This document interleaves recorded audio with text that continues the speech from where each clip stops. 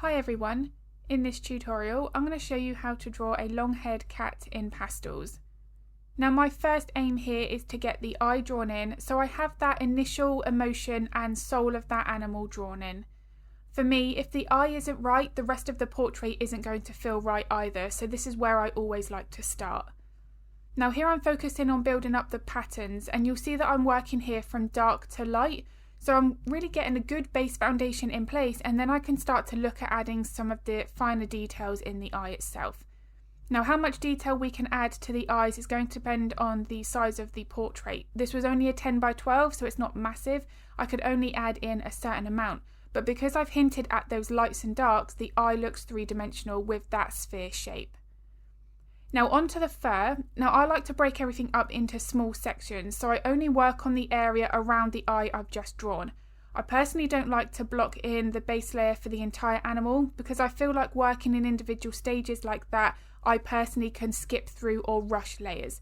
So to prevent that from happening, I'll always break it up into small sections.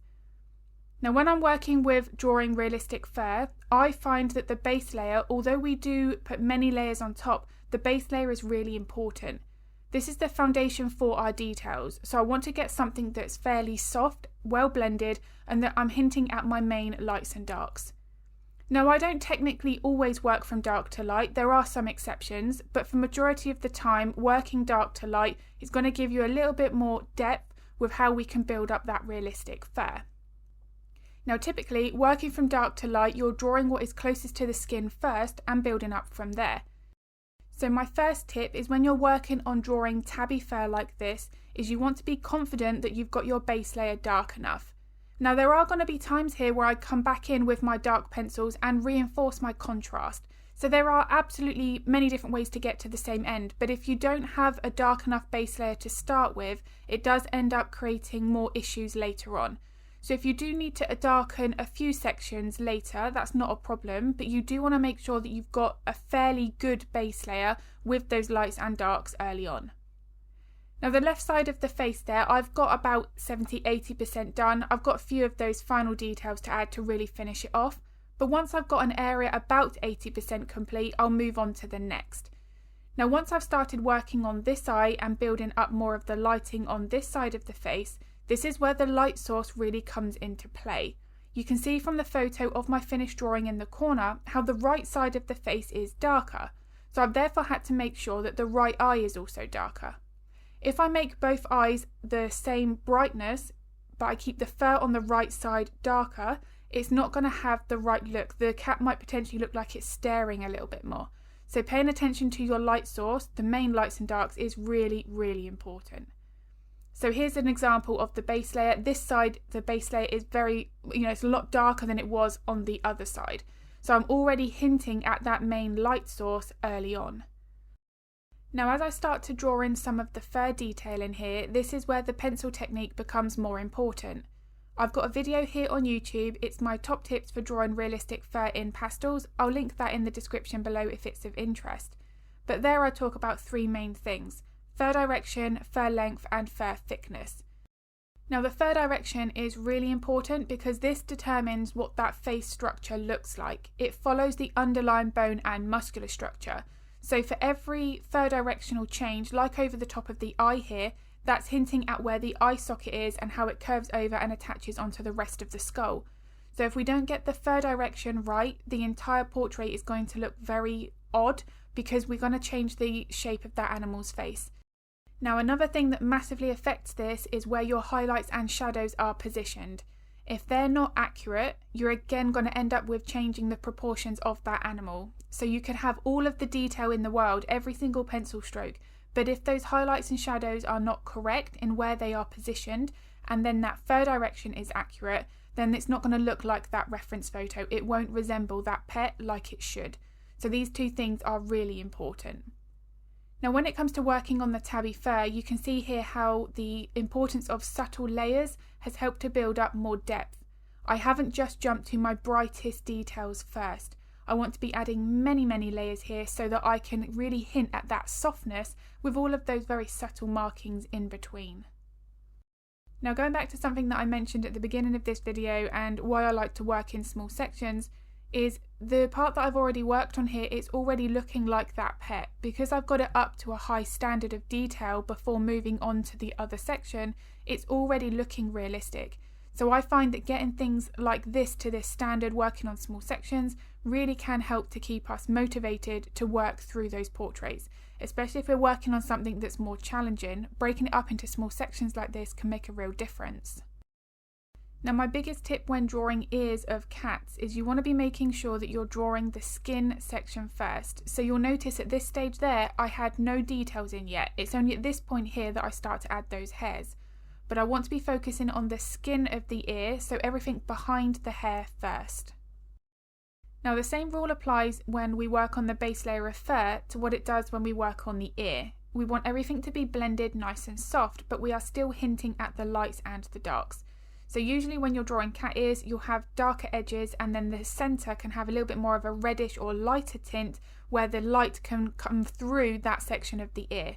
So that's going to be more exaggerated if the light source is behind the animal, but that is something to pay very close attention to.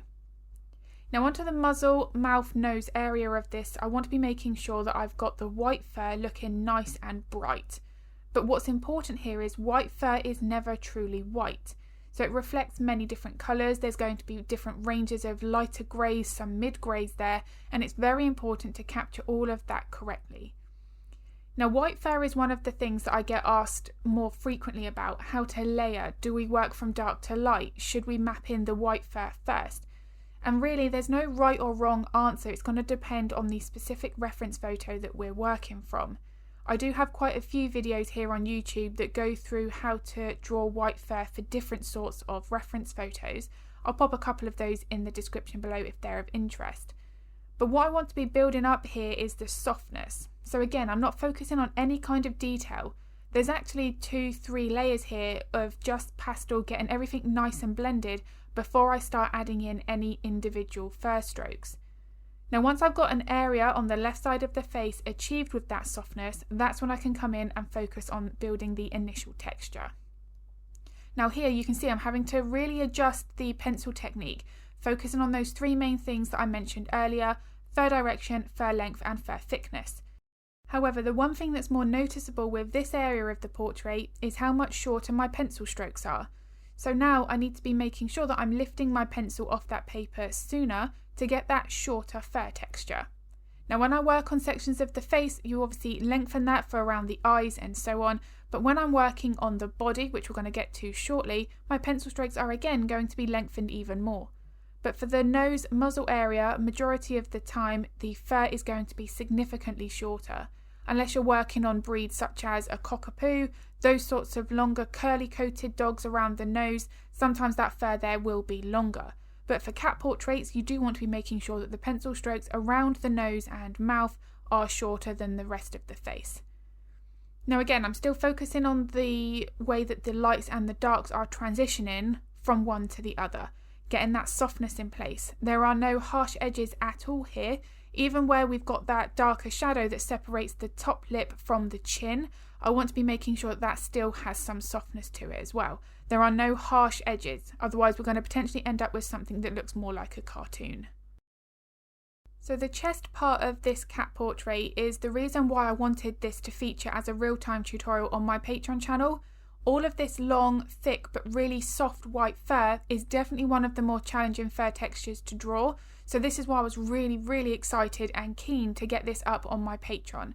So if you would like to see all of this tutorial, it's available there now, all in real time, no parts sped up or cut out, and it's also got a voiceover while I'm drawing, so every single process is explained thoroughly.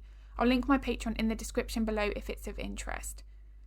Now onto the white fur, again I'm breaking it up into small sections and I'm focusing on the way that that fur curves.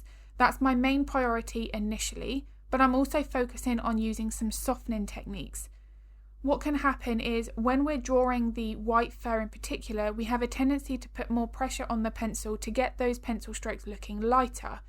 Now a couple of things can happen when we work like that. The details can end up more grainy, the fur can end up with a bit more of a wiry, coarser texture, which for this is the complete opposite than what we want to be creating.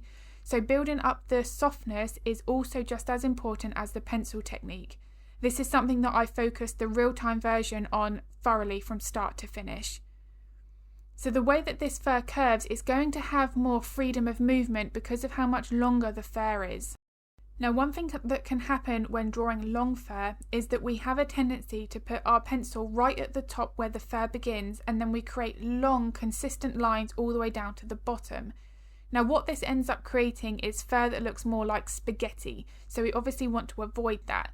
You can see here that I'm breaking this up into 2 or 3 sections. So even though I've worked on this one right-hand side, I've broken this up into those individual sections so that I prevent myself from creating really long, constant pencil strokes, because that's something that we really do want to avoid. This fur here is not long from top of where the chin starts all the way down to the lower part of the body where the legs are. This is all hair that's overlapping in many different ways, so it's so important to be making sure that we are lifting our pencil up to replicate that.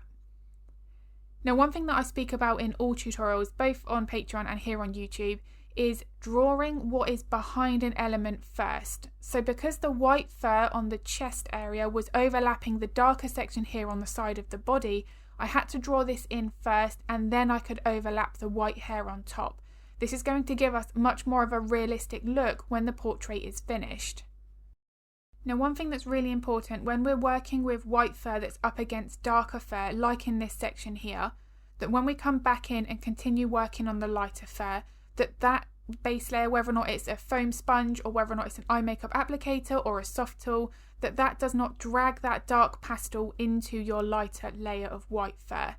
If I am darkening my pastel here, it's by my own choice. It's not because I'm being a little bit sloppier with those techniques.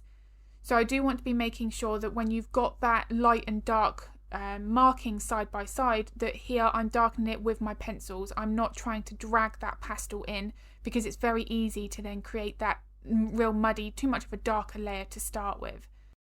Now, I've mapped in the base layer for the entire section of the chest now, and when we get to this stage of a portrait, it doesn't matter what it is, the animal that we're drawing, we can subconsciously start to rush these layers. Because we're coming to the end of the portrait where we've potentially spent days on it already, we do end up sometimes cutting corners. So if you are aware of that, you really want to slow the process down. It would be a real shame to put in this much work and then the lower part of the portrait not have the same degree of detail. So what I would recommend if you do have that happen is put the drawing away for a day and then come back to it. You really don't want to get into that habit of rushing the lower part of the portrait because it doesn't feel that it's as important, because it will really bring down the rest of the artwork. So here I'm now starting to shorten my pencil strokes at the lower part of the portrait, because this is where the front legs were just starting to be visible in that reference photo. When I work onto the top section, I was always then extending my pencil strokes because that's where the fur is at its longest. So this is something where you do always want to be looking at that reference photo and taking in all of the information that it's telling you and then implementing that into your drawing. Now, another element of the real-time tutorial on Patreon that I really do focus on is how to capture the details that overlap the background, so the very edge of that animal. For longer fur like this, it's so important to make sure that we've got a variation of the way that they are curved, the length, and look at how they're also clumped together. This is going to help to make that artwork look more realistic and not look like a sticker that's been cut out and just stuck on that paper. So here's a photo of the finished drawing. I really do hope that this video was useful. If it was, I would really appreciate it if you could give it a like and a thumbs up. It makes a huge difference to my channel.